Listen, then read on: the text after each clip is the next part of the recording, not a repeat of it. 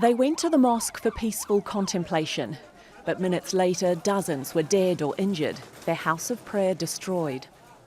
It was time for Friday prayers and everyone had gathered in the mosque when suddenly a bomb exploded and many people got hurt. One victim says about 300 people were packed into the building in rural Haskamena in Nangarhar province when the blast happened and the roof collapsed onto those praying below. The enemies of religion and the homeland blew up a mosque during Friday prayers. The Afghan security forces arrived in the affected area immediately and helped to transport wounded and remove the dead from the rubble.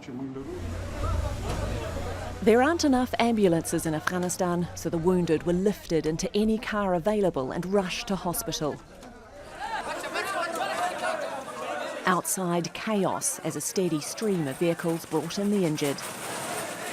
Both the Taliban and ISIL-linked groups are active in the east.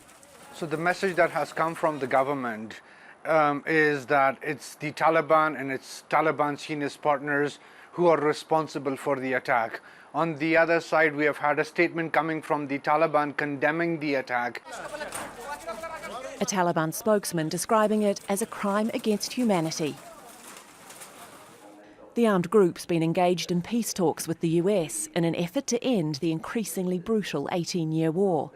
But last month, President Donald Trump declared the talks dead, blaming a surge of violence by the Taliban.